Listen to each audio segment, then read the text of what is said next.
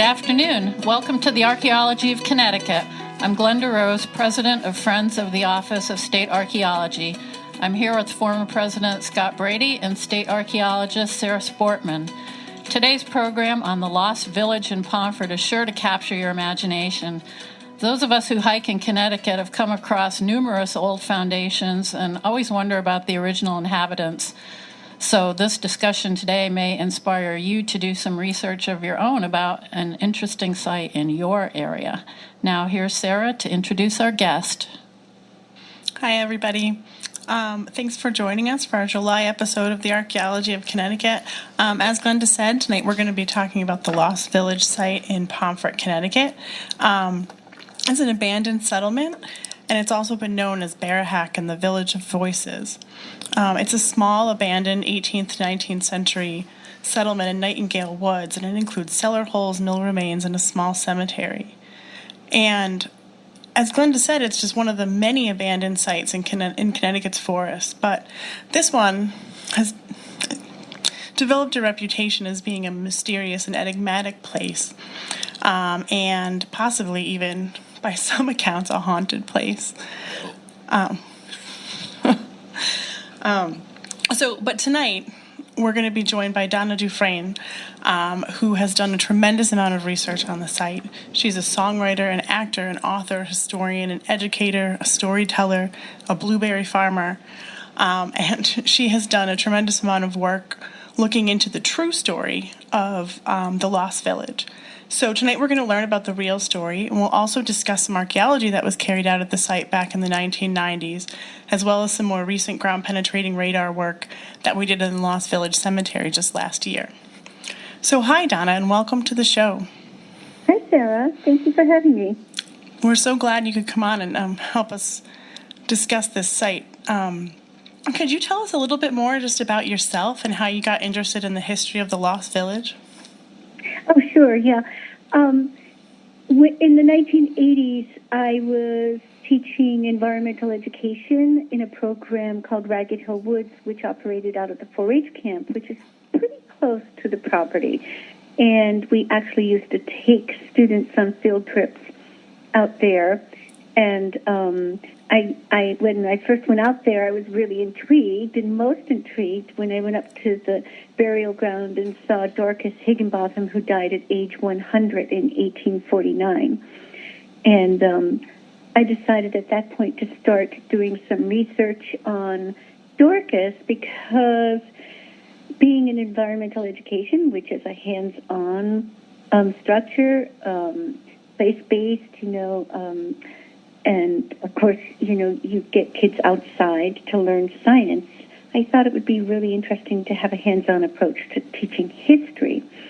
So I started dressing up as Dorcas and going around to schools and had a little one-woman show I did that talked a little bit about the place. I actually dove deeply into the Higginbothams in around 1987. I was working on a degree up at Lesley University, and I used that study as one of my semester's work. So that's how I got involved in doing the research at first. It was all about Dorcas, all about the Higginbothams, and really with education in mind, trying to think about how to bring history during the Revolutionary War period alive for kids. And, that's how I got started. And then you were hooked, right? I was totally hooked. I just thought Dorcas had to be pretty cool since she had 8 children, outlived almost all of them, and she had to have been very strong. Even when tuberculosis appears to have rampaged through her family and took several of her children, Dorcas appears not to have been sick, and she made it until age 100. Which is still an accomplishment today. It certainly was back in that time period. Absolutely. Yes. So there were, one of the reasons why we were taking kids out there is that there were still rumors, in the 1980s, it was because the place was, I'm using air quotes here, haunted. And there were so many ghost stories. And part of that was handed down by the locals and also by the 4-H camp. They used to go out there during the summers. So I still run into a lot of people who grew up in the area and used to go to the 4-H camp and remember going to the haunted village. And they can't quite remember where it was, but they remember the stories. So that was kind of the hook for engaging, I guess, young people for getting out there. But those stories had started to develop around the turn of the century. The place had been abandoned in the 1850s. There apparently was a fire. And at that time, the person living there was Winchester Twist. And he was married to a granddaughter of Dorcas Higginbotham. Do you think that, how much of a role do you think the internet has played? Because, we grew up in Vernon, and my son went out there because it was haunted, and you had to go visit the Lost Village because it was haunted. I mean, it's all over the internet. I mean, if you look it up, there's at least 3 different locations where we can find it. Even ConnecticutHistory.org listed as a potentially haunted place. Oh my goodness! Yes, I should. I should help to try to correct that. But yes, it had a long reputation. But what's interesting is, you meet old timers who are in their 80s and 90s who used to go out there in the 20s and 30s, 40s because it was haunted. What happened with the internet, and I actually remember one of these incidents, it just exploded because some of the stories that they evolved over time. And some of the stories that came out of Harry Chase, who was a local storyteller, amateur historian from the 50s and 60s, kind of morphed. And then, then with the age of the internet, it kept morphing more and more. Much of the information that's in the ghost stories is totally inaccurate if you look at data and you look at the real history. But I have an inkling about where it starts.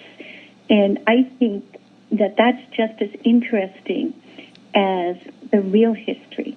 And part of that's because I'm working on a book called A Good Piece of Land, 1,000-Acre Journey Through Time. It's all about how the shape of the land shapes the people, shapes the culture, and shapes our experiences of a place. And, the shape of that land lends itself to, it carries sound, and it lends itself to hearing things that sound like they're happening right there, but in fact they're several miles away sometimes, or at least 2 miles away or 3 miles away. So I was just revisiting one of my favorite books that I came across, many years ago when I was researching this place, and somebody had given it to me, and it's called The Harvest of a Quiet Eye. It's by Odell Shepard. It's published in 1927, and Odell Shepard was a poet, and I'm not sure if he taught at Yale, but he was pretty well known during that time period.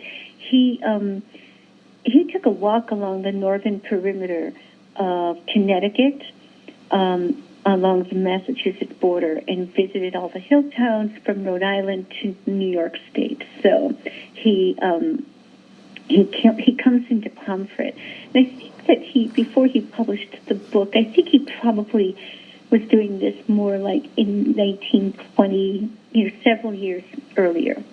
And he talks about coming down to the old burial ground. He describes the burial ground, and he describes going to the Village of Voices when he got to Pomfret. And it was a secret place, so he couldn't tell anybody exactly where it was. But he describes it, the topography very well, about going up the hill and down the hill, and describes the path from the cemetery to the Higginbotham homestead. And he talks about how his friends who live there, a poet and a painter, are really familiar with the place and often go there. And they call it the Village of Voices. And I'm going to quote here. They hear the laughter of children at play in dooryards where the vixen litters now amid an impenetrable thicket. They hear the voices of mothers who have long been dust calling their children into the homes that are now mere holes in the earth. They hear the vague snatches of a song and a hum of harp strings in the air and the rumble of heavy wagons along an obliterated road. So it's interesting because I've been out there all different times of the year, and, certain times of the year sounds carries better than others. But when I was out there working on an archaeological dig in the 1990s with Bob Grady, where I was working at the Darius Higginbotham cellar hole, you could hear, a lot of what was going on up on Taft Pond Road and also Bremen Hollow Road, which is Route 244. You could certainly hear, cars going by occasionally that sounded like they were really close. And in the morning when we had gone in from Route 244, which is a good mile and a half in the woods, there were a bunch of guys cutting wood alongside the road for the town. And, we went in. And then when I was digging, I heard them talking. And it sounded like they were right there, like right at that spot. And I jumped up and I looked around. Nobody was there. And then a chainsaw, they were laughing. I could almost hear what they were saying. And then they laughed, and then a chainsaw started up. So when we went out at the end of the day, I asked them if they had been cutting wood deeper in the forest. And they said, no, we've been by the roadside here all day long. So I went home and got out my topo map. And if you look at the topo map, the place where Darius's homestead is kind of a natural bowl, where the sound kind of carries down from the, Taft Pond Road and Bremen Hollow Road. And you can really imagine that people really did hear women calling their children from up on the hill. It sounded like it was quite close. Or wagons rumbling by. In the 1920s, you would hear wagons rumbling by.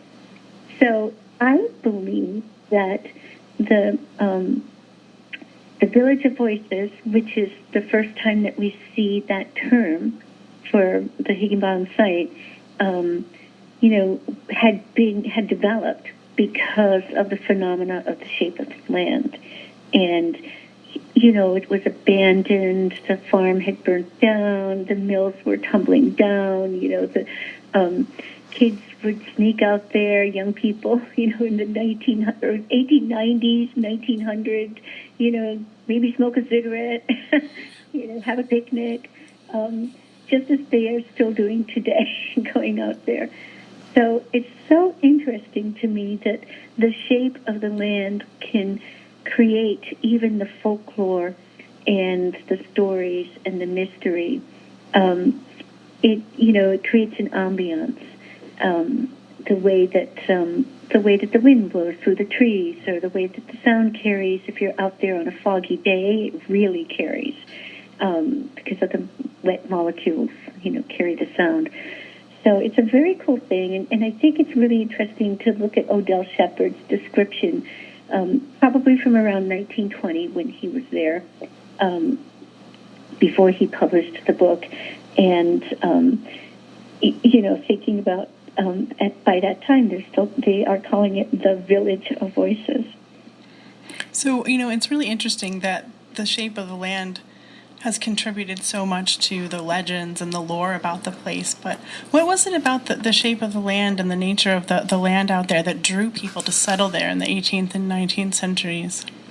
Oh, yeah, absolutely. And that's what I'm looking at. I'm looking at how native the Wabakwasit people may have interacted with the land, and then during the colonial period, it's really that shape of the land plays a huge role. The early proprietors in Pomfret, from the early 1700s, 1714 that came out here. So Edward Payne would have been one of those. Many of them came down from Boston area, and Woodstock had already been settled, New Roxbury from Boston area. So Edward Payne had, I believe, the first sawmill on the Higginbotham site, where the little mill pond is, that there was an early sawmill there. And he sold that land. There was a natural drop. So Nightingale Brook, as it's called, the native people called it Mashmucket, but Nightingale Brook is named after the Nightingale, Samuel Nightingale farm. Samuel Nightingale owned a house that still stands on Route 244, and there's a pond across the street, and that was another site of an early sawmill. And but it was Mashmucket, known to the Wabaquasit people. So he starts up a sawmill, somewhere in mid-1700s, and when he dies in 1778, Obadiah Higginbotham comes. Now, prior to that time, so during the Revolutionary War, there were a number of people that migrated from Cranston and Warwick in Rhode Island, and possibly because it was a hot spot, there was a lot happening there. But Warwick in particular, the Cranston-Warwick area in particular, is interesting because the Randalls, who owned adjoining land to the burial ground, they came out in 1776, and they sold their mansion house in Patuxent Village, part of Cranston, which and that is where the burning of the Gaspé had happened several years before, and there were Randalls and the Higginbothams involved in the Patuxent Rangers. So I think they wanted to get away from the Revolutionary War, and they were wealthy. The Randalls were wealthy, and they may have come out for that reason. So my research has led me to all these little interconnections between the Randalls. Dorcas Higginbotham's maiden name was Green, and there are Greens in the Randall family, so they may have been distant cousins. And Nightingales are kind of in that pool as well. And so they may have solicited Obadiah to come out because Obadiah had a skill set that they needed if they wanted to do something with this land. This is not fabulous farming land up here. It's the Mashmucket uplands. It's rocky, boggy. It's really, when you scamper around in these woods looking at historical sites, you're always scratching your head and saying, what the heck would anybody want to come here for, if they had farming in mind. But that brook had a natural drop, and there was already a sawmill there, and there was potential because during that time, although the Randalls had really good farmland, they had a great interest in doing some textiles. Now, Obadiah, when he came 2 years after the Randalls, I believe that Johnathan Randall probably solicited him to come, found out that Edward Payne was selling that 10-acre lot right on the brook, which would give Obadiah some water rights to put a dam in and create a mill, a small mill. These aren't huge mills like, we think of in Lawrence and Lowell. Of course, these are small mills, small little shops.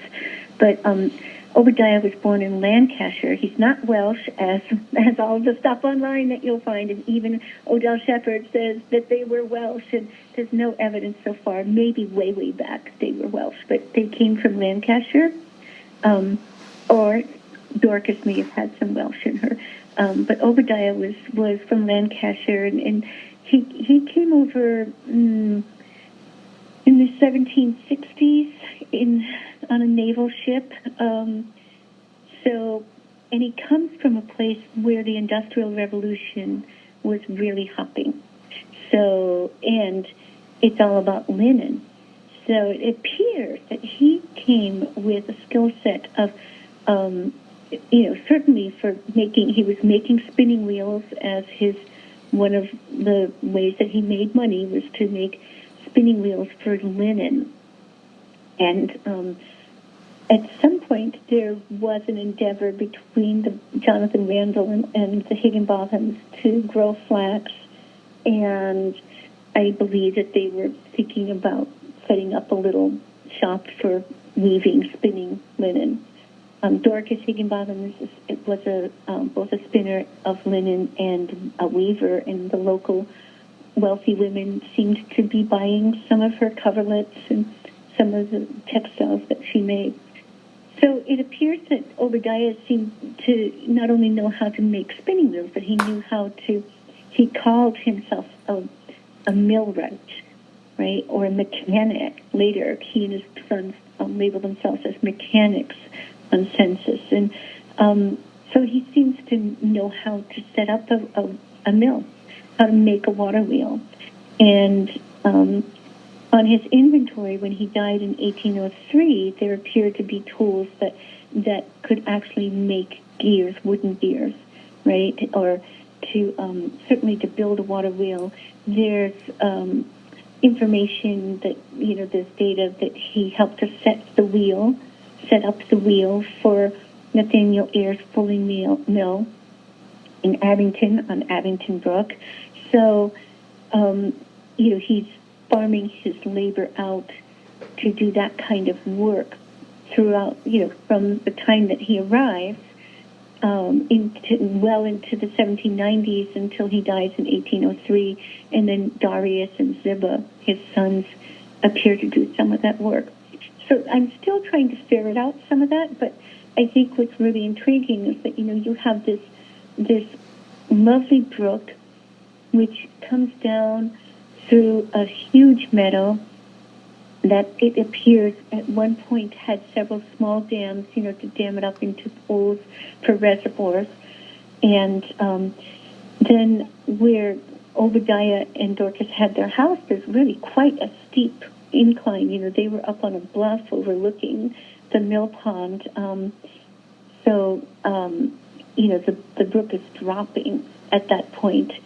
So it seemed a natural place. There was a natural falls there. It seemed natural to try to put up a shop. And in the end, it appears that Obadiah had, and Darius carried on with not just making spinning wheels, but eventually making spindles and spools for the larger mills that were in Putnam at Cargill Falls. I think it's interesting, a couple things that you bring up there. Number one, that these farmers, it's more than subsistence farming, right? I mean, they're looking for additional income streams and different trades and businesses that they can get themselves into. And I think the other point that I took away from that I found very interesting is how small that stream is, and yet they could put a mill there that was productive at least for a good period of time. And again, going back to our why do we find all these little cellar holes tucked out in places that we would never expect them, maybe we're not giving them enough credit for their engineering ability to create these kinds of industrial landscapes.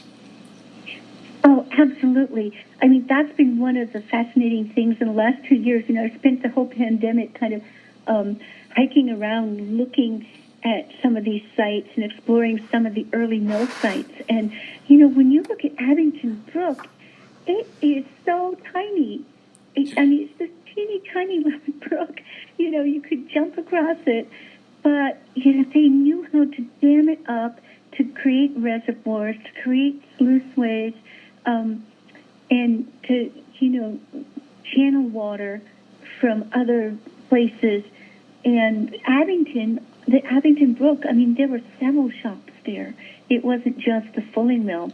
And then, of course, on Neshonoket Brook, there is a sawmill just about every mile down on that brook. You go from Nightingale Pond to the Higginbotham site where Edward Payne had a sawmill. And then hardly a mile downstream is Squire Sessions sawmill that was also owned by Peter Cunningham at one point. Peter Cunningham may have actually started it. And then another mile down around 97, you have more sessions mills. I mean, it's just crazy. Grist mills, sawmill.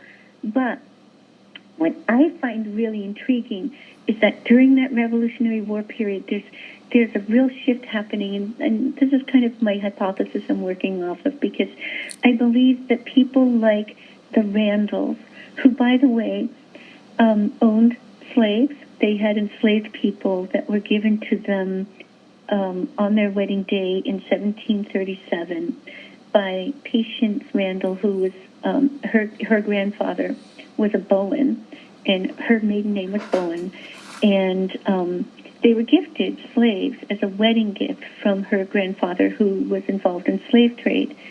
And I believe that Johnathan Randall was a sea captain.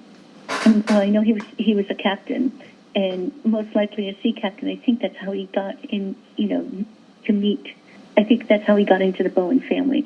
So, but there's a shift happening from merchant, from shipping and merchants and trafficking slaves, and that in the late 1700s, you can see the textile shift happening.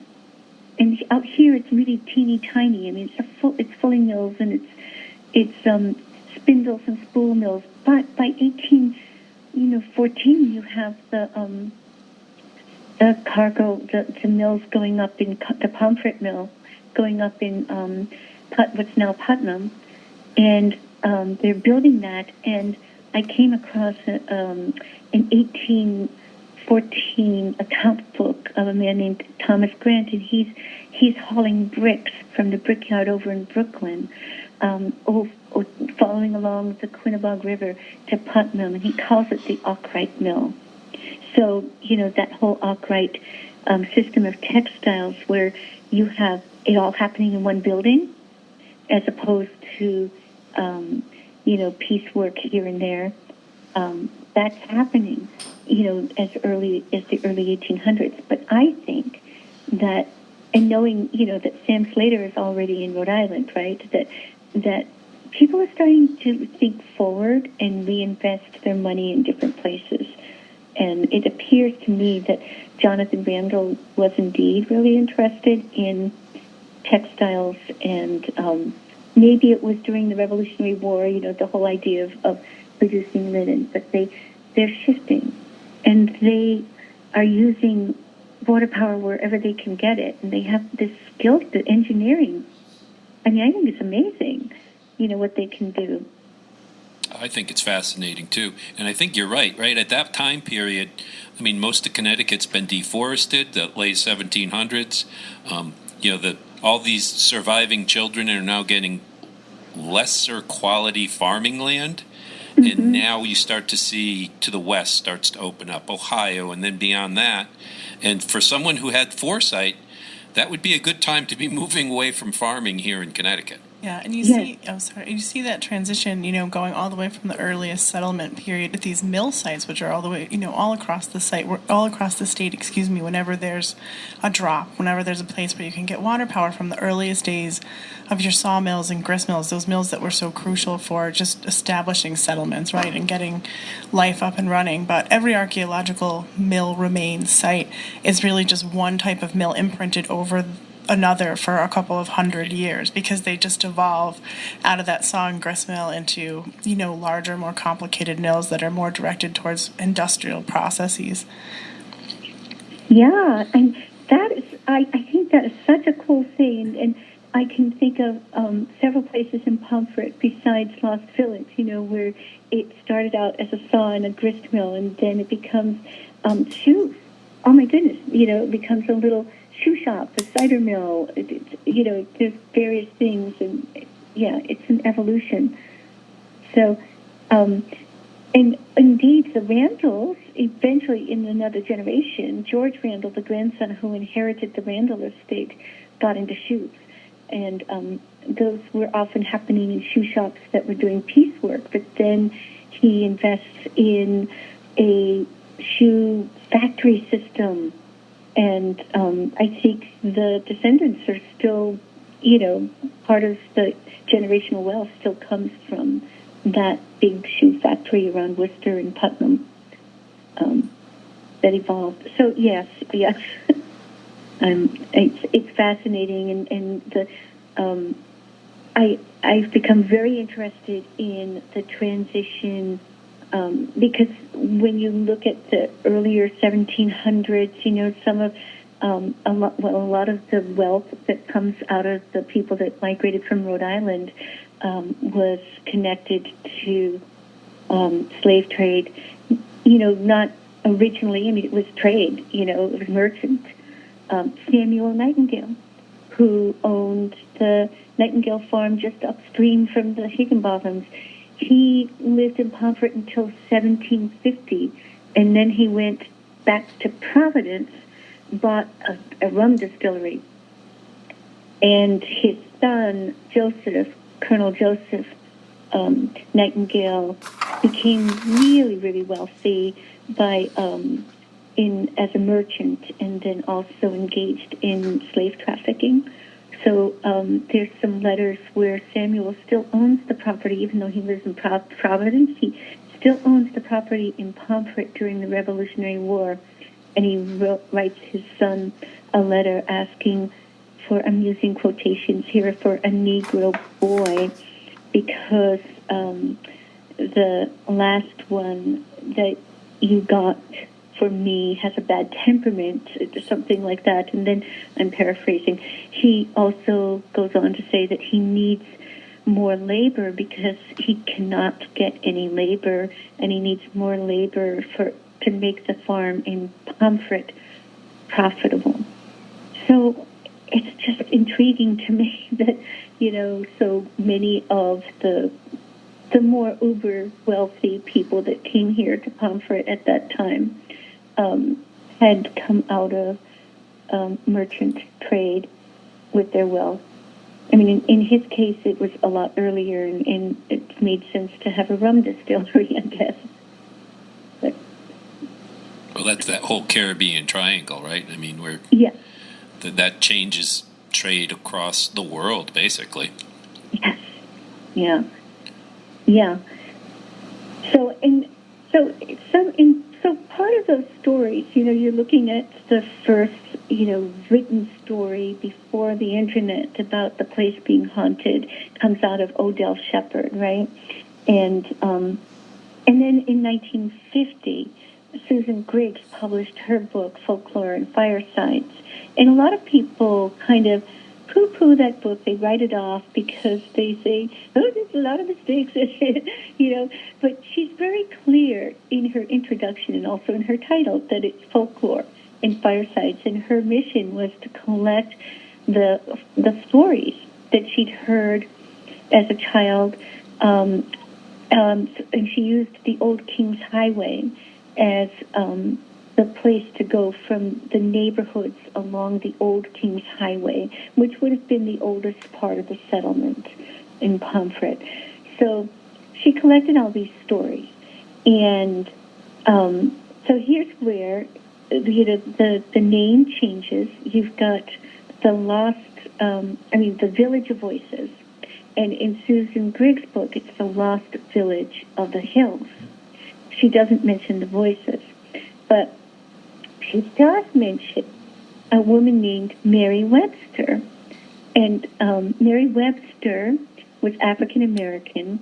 She worked for Susan Griggs at the Haven, which was a nursing home that Susan Griggs owned and operated in Pomfret, which is now our town hall. And in the book, she relays a story that Mary told her. Mary and her sister, Lucretia Taylor, were the last descendants of the Randall slaves. And she told Susan Griggs that she was a descendant of the Randall slaves and that her ancestors were buried in the cemetery up there. And then she relayed a story that her people, her family, wouldn't go, walk past that cemetery at night because they believed that their ancestors were haunting the place. And so that's what I think that Harry Chase grabbed onto, is that the hauntings came from of the cemetery came from the African enslaved people, enslaved Africans that are buried there. And Harry added on to that they were mad because they didn't have tombstones. They had unmarked graves.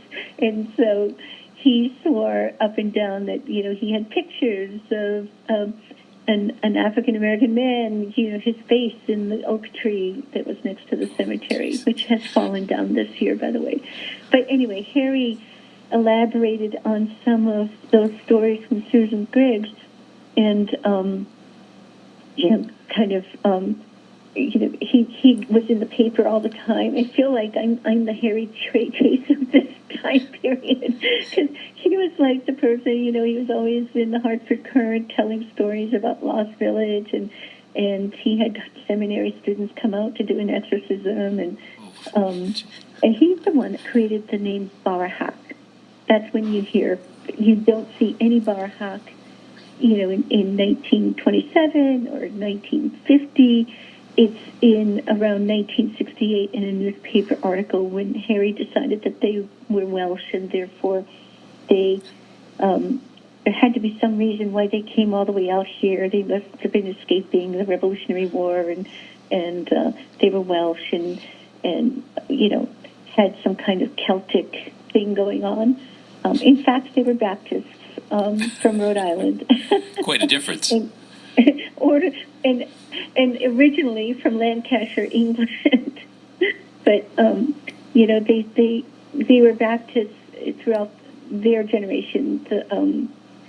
The children became congregational, but so I like looking at the evolution of the stories, how they evolved over time. And the thing that, of course, really piqued my interest was that it's in Susan Griggs' book that we have the first evidence of a descendant of the enslaved Africans of the Randalls actually saying that her ancestors are buried there. So I revisited the book in the last several months and was like, why didn't I see that before? It's pretty exciting. Mary, her maiden name was Lambert. Her sister and her were Lamberts, and the Lamberts seemed to be, involved. They were involved with the Randalls for several generations, and it makes me wonder if that may have been their, some of their names when they came from Rhode Island, if they had been related to the enslaved. In actuality, Mary Webster's genealogy connection to the Randall slaves comes through Reuben Randall, who was born in 1777 on Johnathan Randall's estate, and he was enslaved. So he's not buried in the cemetery, but I believe that his parents are and other relatives. So I think this discussion of the cemetery is kind of a good jumping off point for kind of switching gears and talking a little bit about the structural remains out there at the Lost Village, and as well as the cemetery and the archaeology that you participated in back in the 90s. So can you tell us just a little bit about the cemetery that's out there? I mean, it seems to be kind of the focal point of a lot of the legends and lore, but it's also kind of the jumping off point for research because it actually provides some names and a starting point and all of those things. Yes, yeah. So I was just reading in Odell Shepard books, something that I hadn't noticed before. He describes the cemetery in the 1920s as having about 30 gravestones, and there's very few of them left now. As you know, many of them have disappeared. We believe some of them were stolen. The smaller ones during the, whole 1970s and 80s when the whole Bara-Hack thing blew up on the internet and people were coming out and doing their own ghost hunting thing. So, some of the stones have disappeared, or many of the stones. But what's really exciting is that the State Office of Archaeology, you came out 2 years ago in May and conducted ground-penetrating radar to determine how many burials there are in the cemetery. And the focus point of that was to look at the back of the cemetery where, according to Harry Chase, the slaves were buried.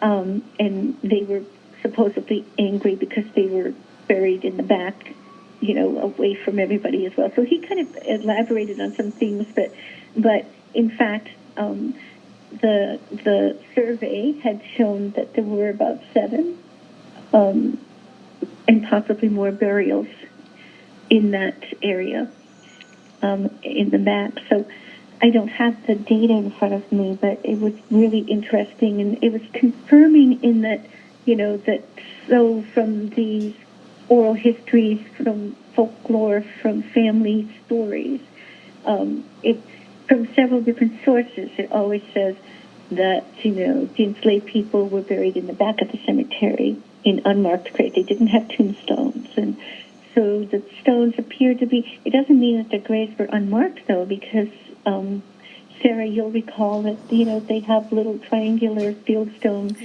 markers for the head and foot stones. Yeah. And that makes me wonder, you know more about this than I do, but, the burial practices, and did they have wooden headstones or wooden crosses, or, how were they marked? Yeah, I think going back to our show last month, I think that, in general, those head and foot stones that are just made out of plain old field stones were not terribly uncommon for a lot of people, in the colonial period. And I think not just enslaved people. Right, yeah. Right. Yeah. Yeah. And maybe for our audience, we should say the back of the cemetery during that period is the western portion of the cemetery, right? The eastern portion is the best portion because on the second coming, it's going to come from the east, and when you're brought up from your grave, you'll be closer to salvation and eternal life than someone who has to wait at the back of the cemetery. Yeah, when that trumpet blows, you have to be ready. That's right. Stand up and walk away. The most important people are in the front. Yeah. So I think another interesting thing, going back, and I actually looked at that Shepherd essay today as well, and talking about about 30 graves. Going back to the report that Deb Sarabian did from the GPR, she actually says that the actual number of burials within the cemetery could be more or less than 25. So I think that that's pretty close. Yeah. Yeah. And I wish that he had more descriptions of the stones. Like, we found a stone of, I call it Little Johnathan, that was smashed there, who was a son of Patty and George Randall, that we didn't even know about, that has never really even shown up in their genealogy. He died at age 4, and his stone was lying against the wall. So we don't know where he was buried. It must have been near his mother, Patty Randall, who's buried there. But, there are Higginbothams buried there, and then in the back, the enslaved people. So it seems like there was a lot going on in this quarter acre that was set aside. On the 1790 deed, when Obadiah bought the 102 acres from Seth Grosvenor, that parcel was on the deed as a burial ground, to be used as the burial ground. So it almost makes me wonder if Seth was using it for his enslaved people. He owned adjoining land to Johnathan Randall, so perhaps it started out as a slave burial ground. The other thing I think it kind of points to is that community, as small as it is very tight-knit, right, and very self-sustaining. They have their own cemetery. They're kind of taking care of their own in that important period as you transition out of this world. So I find that kind of fascinating. Yes, and it's a happy neighborhood. There's it's not as isolated as we think today. It looks like it's in the middle of nowhere, but given that everything was clear cut by the time they're living there, there are several families in that neighborhood that I think are interesting. I mentioned the Nightingales, but there's also the Cunninghams, and so it makes you wonder, like that. It is a neighborhood, like they're taking care of each other. They're working for each other. The Higginbothams work for people in that neighborhood. They're sharing their skill sets. So it's interesting, it would be interesting to look more closely at the social structure of neighborhoods as opposed to, it's different from being in a city, that they certainly would be relying upon each other for lots of things. So can you tell us a little bit about the archaeological excavations that you were involved in back in the 90s? I know it was very kind of small scale and preliminary, but you did some testing in a couple of the houses. Maybe we should step back and talk a little bit about what's out there in terms of houses and house sites. Oh, sure, yeah. So I always think about, refer to what people call Lost Village. I think of it as the Higginbotham homestead. So if you go to the east side of the brook, there's the cellar hole of Obadiah and Dorcas, who came out in 1778, and I know that Edward Payne owns that land. It's not clear whether there was a house on it. It said appurtenances, but that could have been just sawmill. So there's evidence around that, of there's no barn cellar, but there's evidence of some kind of outbuildings, and then as you move west across the brook, on the east side of the brook and going across, there's evidence of some small mill structures with a sluice, a mill trace. There is a ditch that was dug probably when I brought Dick Simons out there, who's an expert in early mills.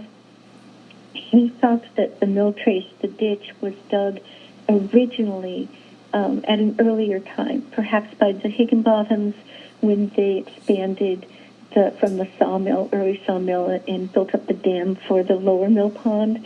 That mill trace went maybe as far as their mills, but in 1815, Peter Cunningham, who lives three-quarters, maybe a half mile downstream from the Higginbothams, his land abuts their land. He takes out a 999-year lease for the water rights so that he can irrigate his fields during the summer and he says in the lease when the Higginbotham mills are not operating, when the mill is not operating. So anyway, there's some evidence there. It's a little scant because everything got blown up by the 38 hurricane. So the dam, which was several feet high and held back the pond, was destroyed in that hurricane. If you continue going west, you'll come up a little hill to a really lovely homestead. And it's really indicative of more of the early 19th century transition in a farm. The cellar hole seems to be a little larger. The chimney is still pretty much intact. There's a kitchen, what appears to be maybe the remains of a kitchen L. There's a pretty good-sized barn, cellar hole, and some outlines of other outbuildings, perhaps an earlier barn that didn't have a cellar hole. So that's the spot that everybody thinks of as, in quotes, Lost Village, or Bara-Hack, because, Obadiah and Dorcas never lived there, even though there's a sign that says Obadiah's house. Obadiah bought that land in 1790, which completed his water rights. That made him own land on both sides of the brook. And I believe he bought that land partly because they were thinking of expanding their mill work, but also it's much more arable. Parts of it are much more arable than the other side. So it may have been better farmland. Like as you go up to the cemetery, once you get out of the rubble, the glacial rubble of the uplands, and head up towards the cemetery, that forested area, there's some pieces that would have made pretty decent, fields, as opposed to just, a place where you run your sheep over rocks. So there's all this evidence, and there's evidence of, there was a fire. All of the rocks have a lot of iron oxide in them. They're orange from a pretty hot fire. So, it gives us that evidence. So the Townsends, the owners of the property, they bought the 1,000-acre tract in 1959. And they lived in New Haven, but they would come up in the summer and on weekends. And they used the tract included Lost Village, which is now Nightingale Woods, owned by the Wyndham Land Trust. But it included that property and also the Randall property, including the Randall estate, which was built by Johnathan's grandson, George Randall, in 1800. So they did a lot of research. Deb loved the place. She took care of the cemetery. They cut down the trees and cleaned it up and had done a lot of primary research. And in the 1990s, they started talking with Dr. Bellantoni about doing an archaeological dig, and I think that's when Bob Grady came on board to do some test pits or some testing. So I had been involved, but that time with the Townsends, and somehow I don't even remember how it happened, but I got invited to participate in the dig. Of course, what it really means is that they needed somebody with a back to dig, right? That's correct. So I couldn't do it now, but I was so delighted because I was really curious. I mean, the place had been the history, separate from the ghost story history. The history was kind of like from an amateur archaeologist point of view. We had Ed Jezierski, who kind of explored the place in the 1930s and 40s and owned the property all around there, the 4-H camp property, etc. And he had done some amateur archaeology, and I know someone else who had dug up some old hinges at Dorcas's house. And so there was all this stuff. We're getting a little short on time, and I really wanted you to talk about what you guys actually found while you were out there. If I could. Yeah. I don't want to leave the audience hanging. Oh, I know. So, when I didn't get to participate in the whole dig, but the part that I did participate in, what I know so far is that when we were looking at the Darius homestead, it looked as though the north side of the house was older, and in that section there was redware, pottery. There were hand-hewn nails. And then when you look over on the south side, there is, it was interesting because that section that looks like it would have been a kitchen L, there was a lot of pottery. Of course, it was all, it was down, maybe a foot. It was down a ways. But it also was charred. So there was charred pottery, so that confirmed the idea of a fire. And you see, there was some redware, but there was also annular ware. And I remember Bob Grady being excited about that because I think that he collected it or something. He was interested in that. So he was really into the annular ware. Yeah.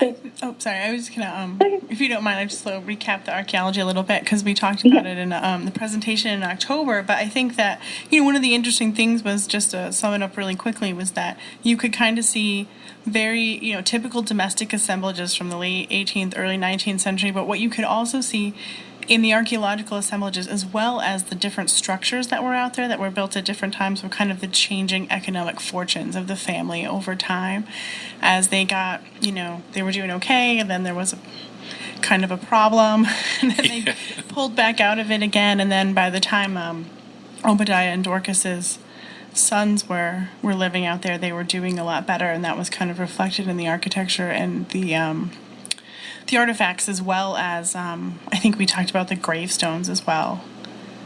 Oh, yes, yeah. That's true, and I think that's part of the intrigue for me, is about the ebb and flow of the economic ebb and flow of the family.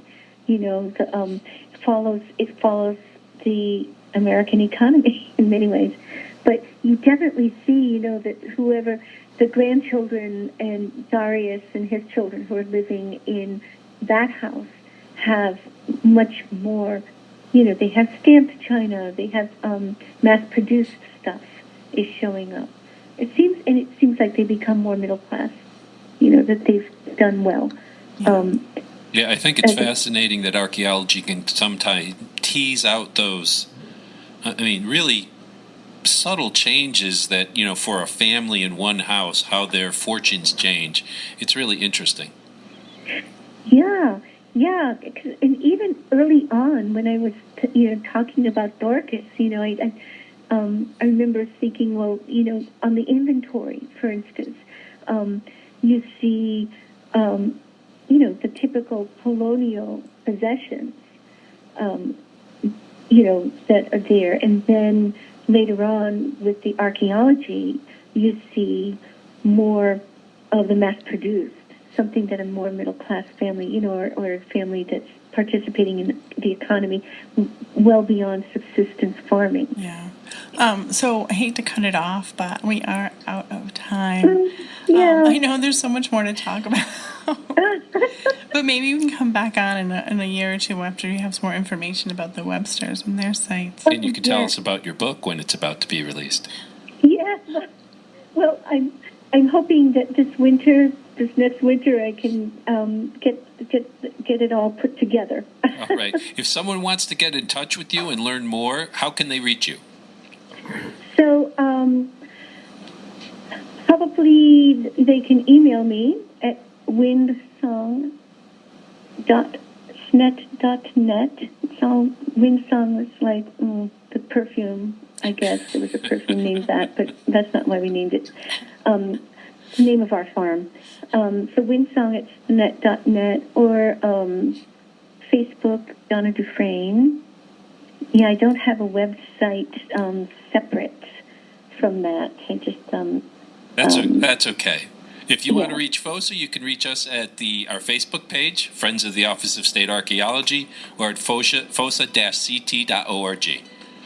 And you can follow the Office of State Archaeology through our Facebook page or at osa.uconn.edu.